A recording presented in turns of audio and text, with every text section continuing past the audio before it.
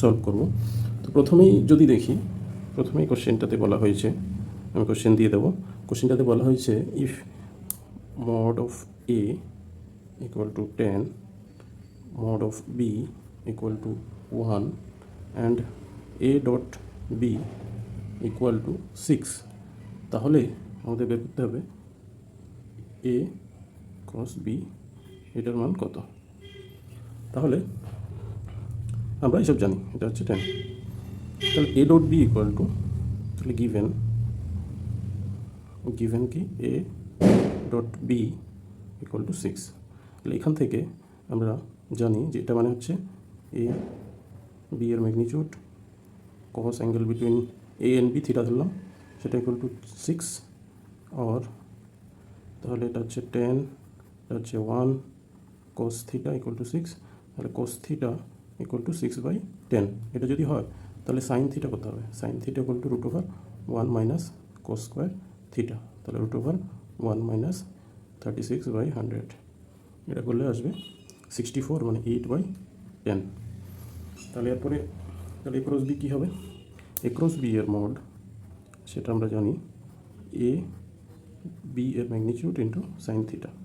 তাহলে এ মানে হচ্ছে 10, বি মানে হচ্ছে 1, সাইন থিটা মানে হচ্ছে 8/10। 10 কেটে গেলে আমাদের 8 × 1 মানে 8। তাহলে আমাদের এ ক্রস বি এর ম্যাগনিটিউড হয়ে গেল 8। তাহলে আমাদের কোন অপশনটা ঠিক? আমাদের ডি অপশনটা ঠিক। আচ্ছা, নেক্সট কোশ্চেন হলো projection of A on B. Projection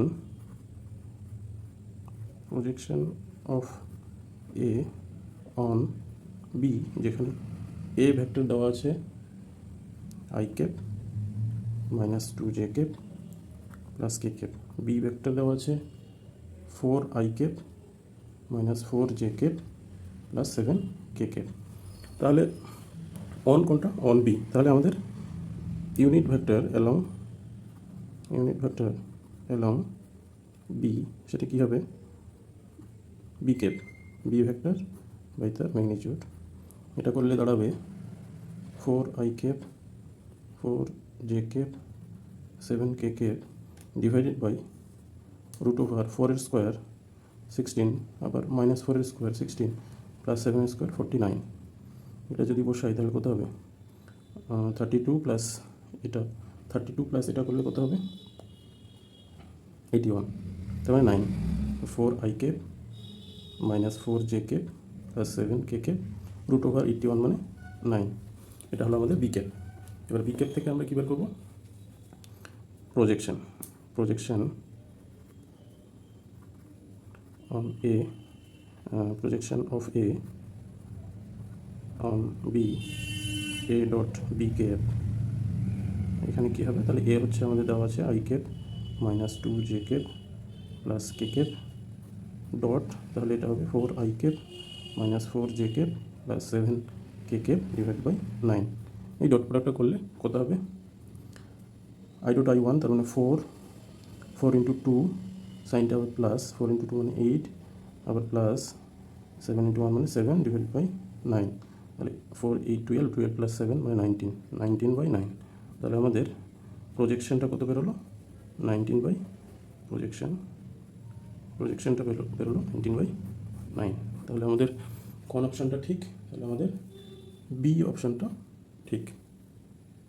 next question 3তে আমাদের বলা হয়েছে, কোশ্চেন 3তে কী বলা হয়েছে যে এবিসি, এ বি সি এরা হচ্ছে নন নাল ভেক্টরস, মানে non zero vectors.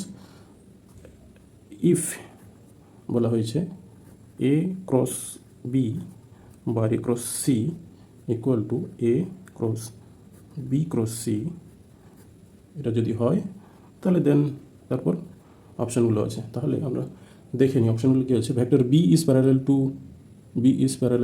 Two the plane of AC. তারপর বলেছে A and C are perpendicular to each other. তারপর বলেছে A and C are parallel to each other or B is perpendicular to the plane of AC।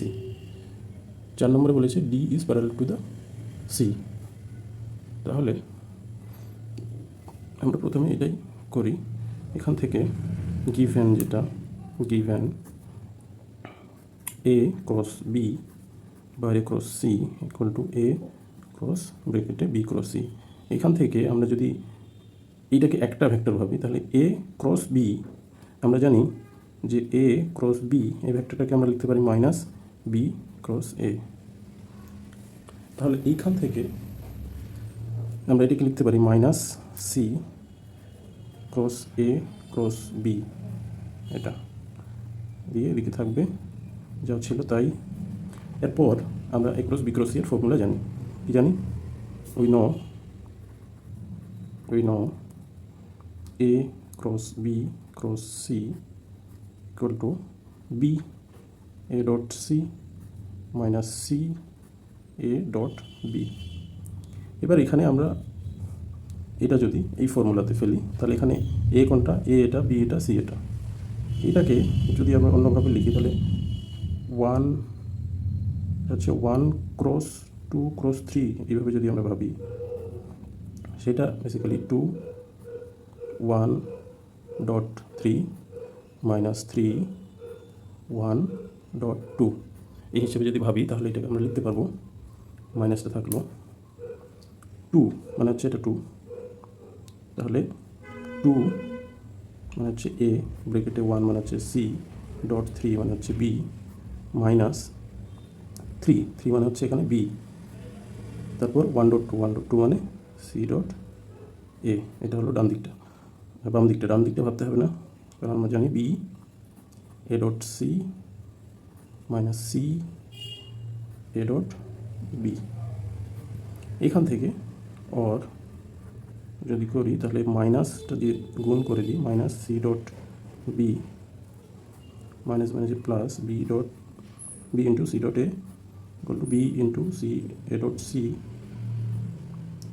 Minus C into A dot B. এবার দেখা যাচ্ছে আমরা জানি যে এ dot C এটা মানে হচ্ছে সি ডট এ, এটা আমরা জানি সি ডট এ। তাহলে এই দুটো সেম, তাহলে আমরা এই দুটো কেটে দিতে পারি। তাহলে এখান থেকে আমরা বলতে পারি যে A C dot B equal to C minus দুটো উঠে গেল ওই দিক থেকে এ ডট বি। এবার সি ডট বি এটা একটা নাম্বার, সেটাকে আমরা যদি আলফা ধরে নিই, এবং এ ডট বি এটাও একটা নাম্বার, কারণ বিটা দুটোতেই আছে এবং বিটা সি আর বি কোনোটাই জিরো নয়, এটা আগেই বলে দেওয়া হয়েছে, সেই কারণে এটাও নন জিরো। তাহলে এটা বিটা ধরলাম, এটা আমরা ধরে নিলাম। তাহলে আমরা কি বলতে পারবো যে alpha A vector equal to beta C vector, সেখান থেকে আমরা বলতে পারি যে এ মানে হচ্ছে beta by alpha into C. তার মানে এখান থেকে বোঝা যাচ্ছে যে A vector is parallel to C vector. তাহলে কোন অপশনটা ঠিক? আমাদের সি অপশনটা ঠিক। এরপরে যদি 4 নম্বর প্রবলেমটা আমরা দেখি, 4 নম্বর প্রবলেমটাও সেম। 4 নম্বর প্রবলেমটাতে বলা হয়েছে যে এবিসি সেম কোশ্চেনে বলা হয়েছে, অপশনগুলো শুধু পাল্টে দেওয়া হয়েছে যে ভেক্টর এ ইজ পারপেন্ডিকুলার। এগুলো খুব সিম্পল একটা খুব সিম্পল ব্যাপার হলো যে A cross B same question, cross C, শুধু অপশানগুলো আলাদা। 5 নম্বর কোশ্চেনে চলে আসি। 5 নম্বরে বলা হয়েছে, কি বলা হয়েছে যে 5 নম্বরে বলা হয়েছে unit normal vector two the surface কি সারফেসটা 2x² y plus 3yz equal to 4 8, তাহলে কত 1 -1 -2 এই পয়েন্টটাতে। তাহলে আমরা এটা আগের দিন জেনেছি যে ইউনিট নর্মাল ভেক্টর কোনো একটা সারফেসের উপর কীভাবে বের করে, we know grad phi is always, এটা আগের দিন বলা হয়েছিল, perpendicular to phi of the surface. তার মানে গ্রেড ফাইটা যদি আমরা বের করতে পারি এখান থেকে, তাহলে এখানে ফাই কোনটা, given 2x² y plus 3yz equal to 4, এখান থেকে আমাদের 2x² y plus 3yz minus 4 equal to 0, তাহলে আমরা বলতে পারি যে ফাই xyz তো বেসিক্যালি এটা 2x² y 3yz মাইনাস 4, মানে যা ইকুয়েশন থাকবে ইকুয়াল টু 0 করে যেটা হবে সেটাই ফাই। তাহলে গ্রেড ফাই কী হবে, গ্রেড ফাই আমরা জানি i cap del phi del X, J cap del phi del Y, K cap del phi del Z. Phi জানি যদি পার্শিয়াল ডেরিভেটিভ করি that's equal to 4 x y বাকি থাকলো J cap y সব করে এখান থেকে 2x ওটা থাকছে জে, এটা যদি এটা থাকে 3 এরপরে তাহলে আমাদের ইউনিট নরমাল ভেক্টরটা কী হয়, গ্রেড ফাই আমরা জানি মডিউলাস অফ গ্রেড ফাই এটা। তাহলে সেখান থেকে আমরা কী পাবো, -4 i cap minus 4 J cap minus 3 K cap divided by root over -4 এর স্কোয়ার মাইনাস 4 এর স্কোয়ার প্লাস -3 এর স্কোয়ার, 16 16 32 আর 9 41। তাহলে এখান থেকে মাইনাস কমন যাবে 1 by root over 41 4 i cap 4 J cap plus 3 K cap. এটা হলো আমাদের unit normal to the surface. এবার এর সামনে প্লাস মাইনাস যা খুশি আসতে পারে, তাহলে আমাদের দেখা যাচ্ছে যে অপশন এ এটা সঠিক, এর সামনে প্লাস মাইনাস আসতেই পারে, কিন্তু মেন ভেক্টর হচ্ছে আমাদের এটা এবং এইটা। এই হলো আমাদের সবাই বলা হয়েছে যে if two unit vectors U V এরা হচ্ছে ইউনিট ভেক্টরস।